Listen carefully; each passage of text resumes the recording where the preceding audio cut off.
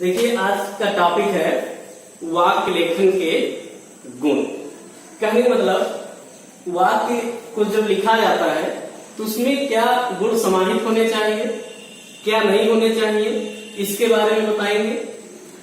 देखिए, वाक्य लेखन के गुण के बारे में जो व्याकरणाचार्य है वो एकमत नहीं है, क्योंकि उन्होंने वाक्य लेखन के कई गुण बताए हैं।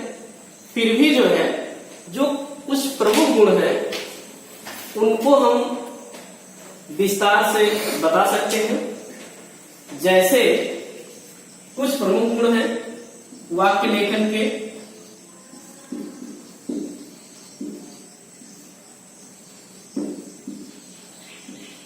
वाक्य लेखन के कुछ प्रमुख गुण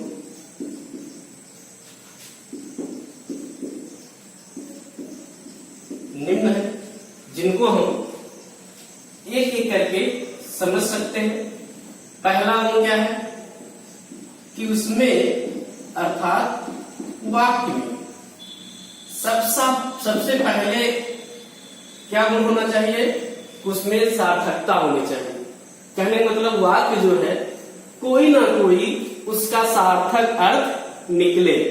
देखिए, वाक्य केवल शब्द समूह ना है और ना ही वाक्य जो है, वाक्य में हमेशा जो है वाक्य सार्थक होना चाहिए, अर्थात कोई ना कोई उसका अर्थ निकले। शब्द समूह ना होकर के यह जो वाक्य होता है वह शब्द क्रम होता है। कैसे होता है, सार्थकता कैसे आती है, एक उदाहरण से बता रहे हैं। जैसे मान लीजिए उदाहरण क्या है कि अभी कह दिया जाए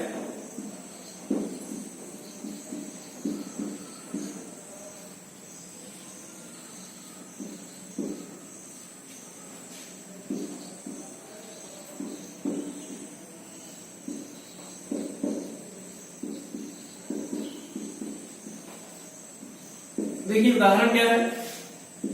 उदाहरण है, ले लिया चूहे पकड़ को बिल्ली। अब देखिए, ये वाक्य जो है व्याकरण की दृष्टि से पूर्ण वाक्य है। क्यों है? क्योंकि इसमें उद्देश्य और विधेय दोनों है, अर्थात व्याकरण की दृष्टि से यह वाक्य के सारे नियम फॉलो कर रहा है, लेकिन इसमें सार्थकता नहीं है। क्यों नहीं है? क्योंकि इसका कोई अर्थ निश्चित नहीं निकल रहा है। क्यों नहीं निकल रहा है? किसने लिया, किसने लिया पता नहीं, चूहे पकड़ को बिल्ली। अब इसको अगर सही अर्थ दे दिया जाए,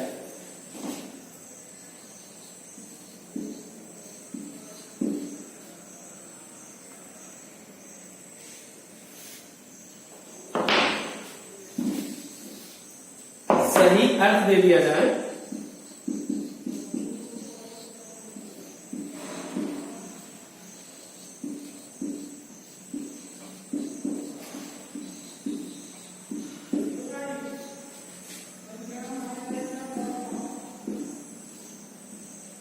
अब देखिए, शब्द सारे वही हैं।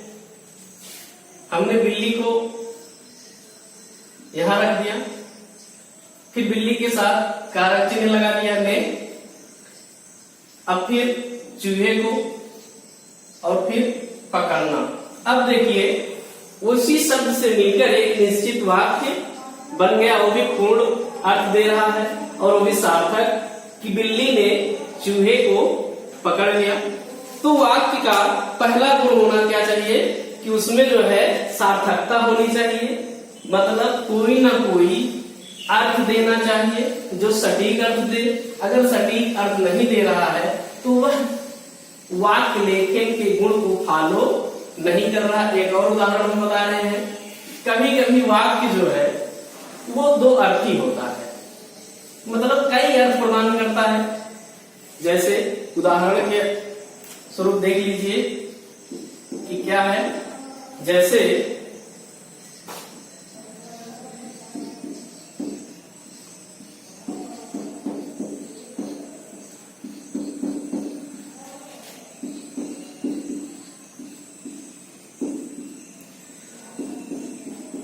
उदाहरण है कि इतना सोना तो जान ले लेगा।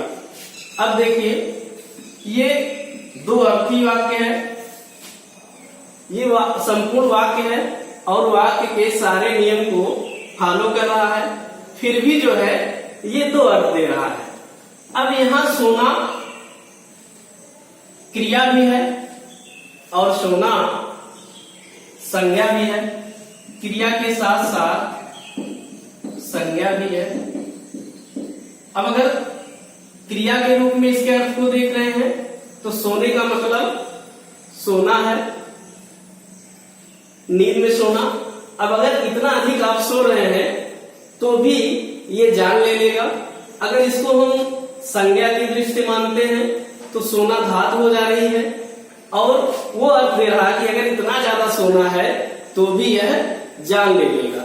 तो कभी कभी जो है वाक्य में दो अर्थी अर्थ देता है तो वो भी नहीं होना चाहिए। कहने का मतलब पाठक के दृष्टि से वाक्य जो है केवल एक अर्थ दे, उसका अर्थ जो है वो सटीक हो और पाठक को पढ़ते समय कोई भी कठिनाई ना हो। तो पहला गुण क्या है?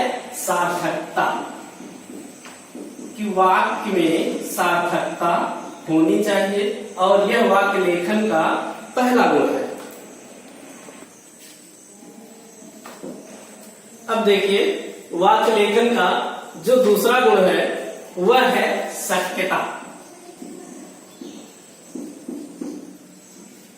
अब सत्यता तो है, बशर्ते सत्यता नहीं होनी चाहिए, अर्थात वाक्य लेखन में कोई भी संशय या संदेह नहीं होना चाहिए। कैसे? जैसे भी किसी ने कहा कि उसने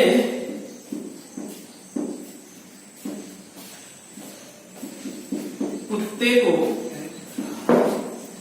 हवा में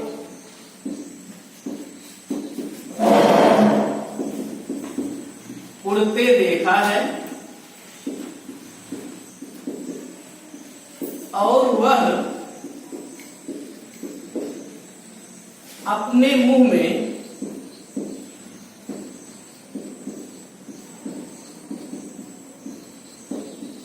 मरी हुई गाय को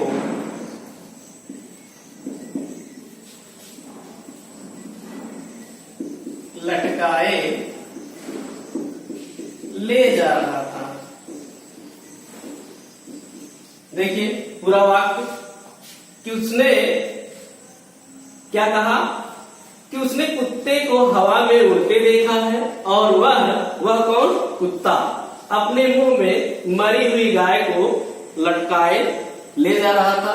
अब देखिए ये जो वाक्य है ये पूर्ण है। पूर्ण क्यों है? इसमें उद्देश्य और विधेय दोनों है, फिर भी जो है यह ऐसा अर्थ दे रहा है जो शंका पैदा कर रहा है। क्यों पैदा कर रहा है? क्योंकि कुत्ते का जो गुण होता है वह है भौंकना और कुत्ता यहाँ क्या कर रहा है? हवा में उड़ रहा है और वो भी क्या कि वह अपने मुंह में एक कुत्ते से भारी जानवर गाय को अपने मुंह में लटकाए ले जा रहा था। अब इस पर विश्वास करना क्या संभव है? बिल्कुल नहीं है, कोई भी इस पर विश्वास नहीं करेगा। लेकिन अगर हम हिंदी व्याकरण की दृष्टि से देखें तो यह जो है वाक्य के सारे नियम को फॉलो कर रहा है। इसमें उद्देश्य भी है, विधेय भी है और यह व्याकरणिक दृष्टि से शुद्ध भी है। फिर भी इसमें जो है वो शक्यता है, संशय है, संदेह है कि यह वाक्य जो है वह शुद्ध नहीं है। तो वाक्य लेखन का जो दूसरा गुण है, उसका जो दूसरा धर्म है कि वाक्य में शक्यता नहीं होनी चाहिए। चलो अब देखिए वाक्य लेखन का जो तीसरा गुण है वह है अन्वय। अन्वय अन्वय का अर्थ है मेल। अब देखिए वाक्य लेखन ये कहता है कि हमारे अंदर जो गुण होने चाहिए उसमें जो है अन्वय मेल जरूरी है। मेल किसका किससे हो? उद्देश्य का क्रिया के साथ, कर्म का क्रिया के साथ मेल होना चाहिए। जैसे मान लीजिए अगर कोई उदाहरण के स्वरूप अगर कोई स्त्री जा रही है या कोई महिला जा रही है तो आप कहेंगे, उससे अगर पूछेंगे तो कहेंगे क्या आप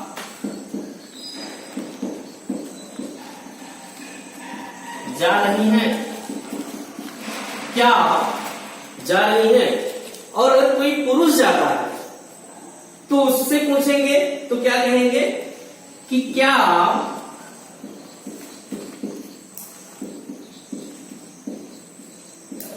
जा रहे हैं?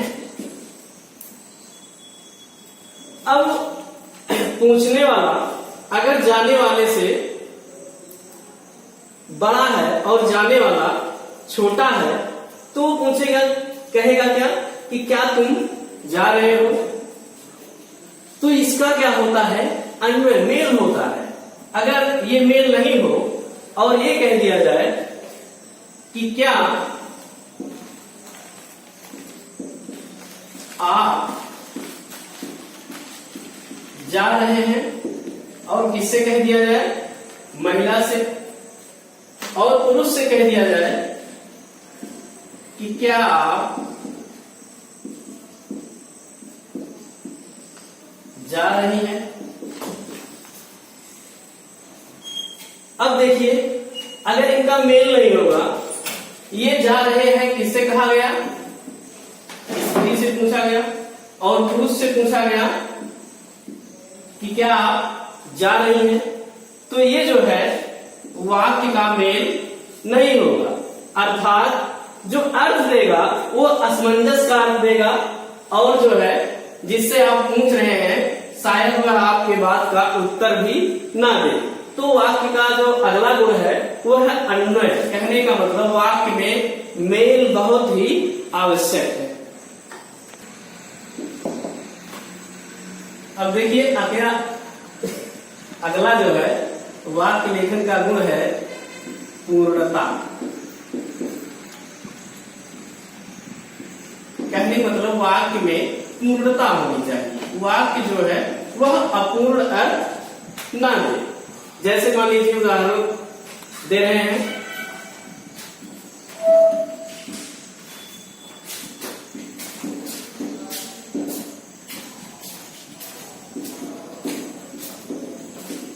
उदाहरण क्या है कि रमेश उदयपुर चला गया। अब देखिए इसमें जो है वक्ता को जो कुछ भी कहना था उसने कह दिया। क्या कह दिया? कि रमेश उदयपुर चला गया। अब श्रोता के मन में कुछ जानने की आकांक्षा रह भी नहीं जाती, क्योंकि वक्ता ने वाक्य में पूर्णता पहले से ही ला दिया है और वो कह रहा है कि रमेश उदयपुर चला गया। अब अगर वक्ता श्रोता से कहे चलो, अब इसमें पूर्णता नहीं है। क्यों नहीं है? वह कह रहा है चलो, मतलब चलने के लिए कह रहा है। फिर भी जो है अब इसमें जो है श्रोता को पता नहीं है, क्या उससे प्रश्न उसके मन में उठ रहे हैं कि कहां चले, कैसे चले और कब चले। अब ऐसे जो है प्रश्न बार बार श्रोता के मन में उठ रहे हैं कि वक्ता ने क्या कह दिया? चलने के लिए चलो। अब श्रोता के मन में प्रश्न क्या उठा? कहां चले, कैसे चले, कब चले, किस साधन से चले। अब ये है क्या? यही बात है कि वाक्य लेखन का अगला गुण क्या है? पूर्णता। कहने मतलब सीधे सीधे वाक्य में पूर्णता होनी चाहिए। अगर वाक्य में पूर्णता नहीं है तो श्रोता के मन में, पाठक के मन में तमाम प्रश्न उठते हैं। इसलिए वाक्य लेखन का गुण है कि उसमें पूर्णता होनी चाहिए। अब देखिए वाक्य लेखन का जो लास्ट गुण है अगला, वह है पदक्रम। पदक्रम का बहुत प्रभाव पड़ता है वाक्य में, वाक्य के अर्थ में। जैसे उदाहरण के तौर पे देख लीजिए, मोहन चला गया। अब इसको और तरीके से भी आप लिख सकते हैं।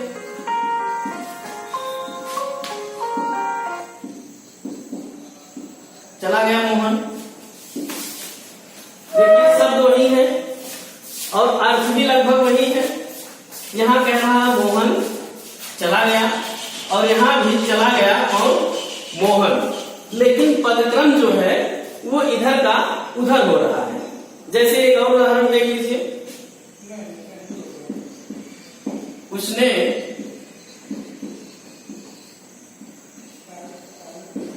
भिस्ती को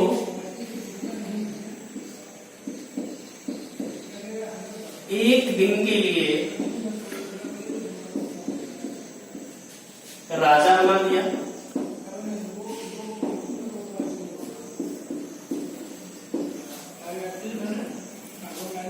अब इसके पदक्रम में आप परिवर्तन कर सकते हैं, कई प्रकार से परिवर्तन कर सकते हैं। जैसे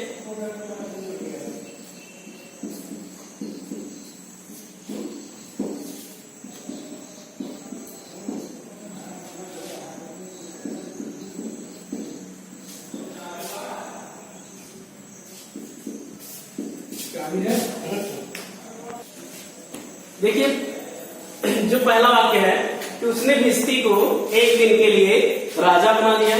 अब इसके जब पदक्रम में हम परिवर्तन करते हैं तो फिर हमने जो नया वाक्य तैयार किया है वो क्या है, एक दिन के लिए उसने भिस्ती को राजा बना दिया। अब फिर इसका पदक्रम और भी आप परिवर्तित कर सकते हैं।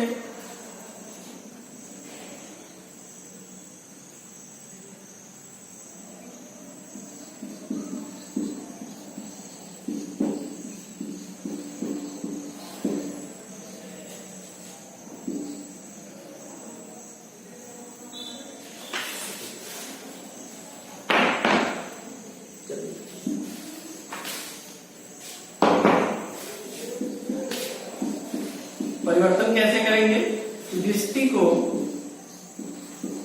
उसने एक दिन के लिए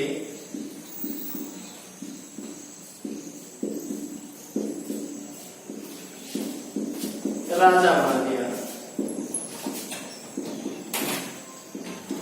अब देखिए ये है पदक्रम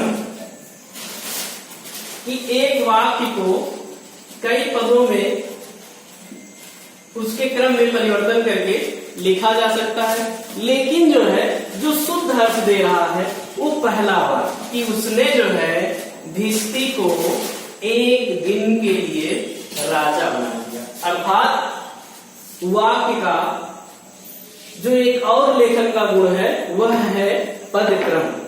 अगर हमने ये कह दिया कि चला गया मोहन, तो पदक्रम या अर्थ जो है पदक्रम की वजह से सही अर्थ नहीं दे रहा है।